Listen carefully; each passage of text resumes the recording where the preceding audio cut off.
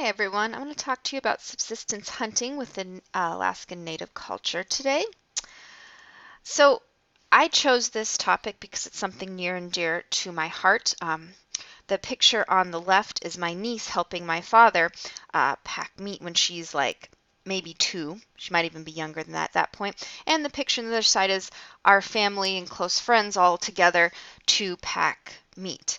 So this is something I grew up around, and even though I'm not Native Alaskan, I felt like a lot of the readings applied directly to the lifestyle I grew up in. And so I felt like this was something that I really wanted to learn more about. Now, participation in Native Alaskan societies of subsistence hunting, it's a major part of their way of life, and I plan to explore the importance of subsistence hunting, fishing, and whaling to the diet and overall health, cultural and physical of Native Alaskans, as well as the challenges this faces in the modern world, specifically looking at climate change. Now, we see reported in some of the readings that a lot of Native Alaskans are reporting a 22% traditional diet, so 22% of their foods are coming from these traditional country foods. In 1977, 62% of women 18 to 34 and 81% of women 45 to 54 reported participation in subsistence hunting, and 80% of men 18 to 34. We see even employers encouraging this, giving people time off to do it, although we see it extended specifically to men, not necessarily to women. But even with this, we see this across the board. It's not just people who are traditional members, but people who have regular wage earning jobs. They are also participating in subsistence hunting, whether it's that they take time off work to do it or they're helping in other ways, like the example of a Luki and a Tommy. Subsistence hunting isn't cheap. It's not that it's a way to get free food. It costs money in the fact that you need, for instance, guns and bullets, but you also, in today's modern world, need things like snow machines. And these all cost money. And so it does take a kind of coalition of both wage earning and traditional members to sometimes make these tries. You might have some people who are full-time hunters, but they're only able to do it because of the people who aren't, or people who only do it during certain times so they can earn money on other times. But there's not a decision, there doesn't have to be a decision to do one or the other. We see many people doing both. These country foods really, for many Native Alaskans, are a symbol of home. The word cereal is used as a symbolic resource, and we see Lee talking about Flora Mark, saying that it is native foods that bind her urban friends to each other and to the rural villages where they were born. So eating these country foods make them feel like they're at home, even though they're not. Even though, say, they've moved to Anchorage or Fairbanks, they still feel like they're part of it when they're eating these foods. And I know I've always felt like that. To me, the foods I grew up on, moose and caribou, feel like home to me. Cerealese does talk very much about the idea of community food. Meals are pretty much they're not set times the way we see them in the Western world. Instead, we see kind of a just eat when you're hungry, and this idea of that food is to be shared. And we see that food hunting is very much a community aspect. When we watched the whaling video, we could really see that whaling was an entire community event to bring in and harvest a bowhead whale. And even in the cities, this brought excitement when the first bowhead was harvested. Even if they weren't part of it, they were hoping maybe to get to eat some of the food through their family members who still were a part of it, as well as just the excitement of this event to them was so important. And the entire community really has a belief in sharing food, that it belongs to the community. We see this in the Clyde Inuit example of the woman who gets on the radio asking for seal meat because she needs it to feel better. And she doesn't have any, and they don't have the ability to go hunting right there. And someone within minutes brings her seal. The Native Alaskans really feel that the animals they hunt, they respect those animals and they believe the animals respect them back. We see the example in Chevik of the town. The town was, in danger of starvation, and these beluga whales come in way too far, and they were able to harvest them.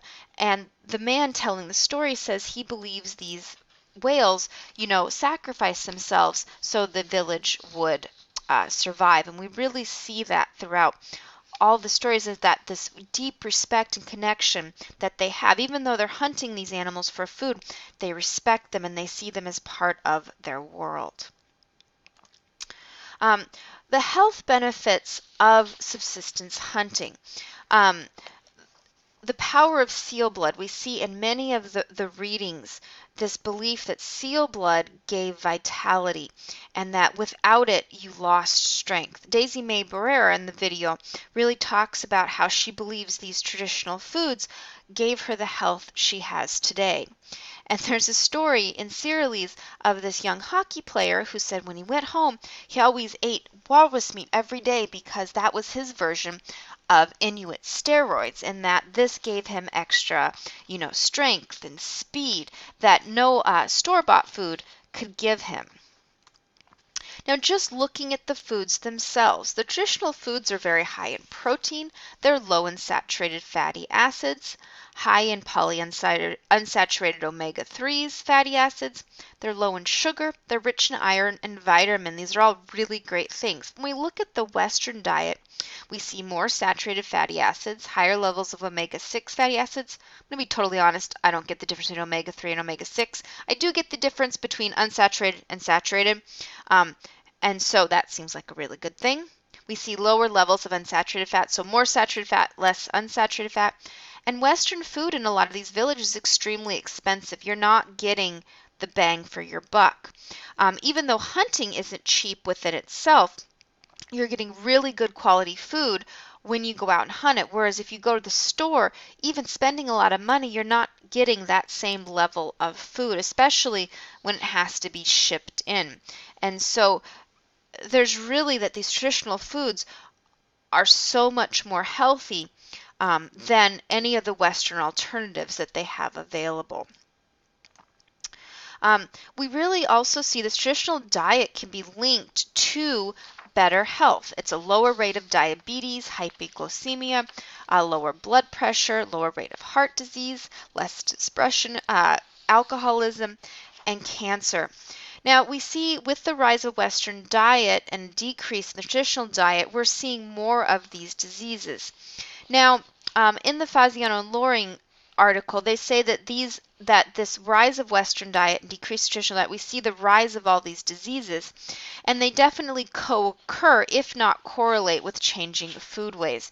So in other words, as we're seeing less traditional diet, we're seeing higher levels of the disease. And even if we can't specifically prove this correlation, we're seeing this co-occur again and again and again, leading us to believe that there is a link here. In the Arctic, so the Native Alaskan populations, as well as those, say, in Canada, where subsistence hunting has prevailed longer, we are seeing lower rates of metabolic diseases than other Native American groups in, say, the Midwest or the Southwest, who have been introduced to Western food. And again, that seems like that's a link to this continued use of traditional foods. Now, one of the threats to subsistence hunting is climate change. We see an increase of 5 to 7 degrees in the last 60 years. This has led to a change in the forest, reduction in sea ice, which all affects the animal population. For instance, the polar bear. One of the readings talked about how the polar bear, they want to list him as threatened. The problem is that it's not going to fix the problem. The problem is climate change. It's not hunting. Yet the solution seems to be to regulate hunting, but they need to regulate things that will fix climate change rather than hunting. And you're again seeing these regulations, ANTH, for instance. Now, this does give Native Alaskans legal rights to the land they've lived on for thousands of years and help bring them modern infrastructure, but it meant loss of control of Fish and Game. And they come with a lot of state and federal regulations that change from year to year and that you have to pay attention to. And so these really are hurting subsistence hunting. Now, ANTH has went out of its way to try to set aside national parks for subsistence hunting, and it applies to all rural Alaskans. But the issue is that who does it apply to? What about the people who live in the cities, but they're still relying on that for some of their food as well as some of their crafts, someone like Flora Mark. How do they fit in that definition of rural Alaskan? Uh, Hun argues that this traditional ecological knowledge that goes hand in hand with things like subsistence hunting and respect for the animals and the environment has to be kept alive and practiced, not just in a book. You can't just write it down and say, hey, this is what we did. That doesn't provide the same information. You need to be hunting every year for that information to stay alive and vital. And the example we see is in the Yukon-Kuskokwim Yupik, who have continued that.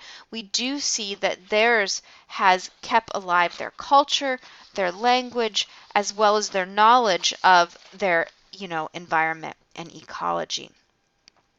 Hopefully this has, kind of brought you a little subsistence hunting, and I've enjoyed learning about it, and I hope you have a great rest of the semester.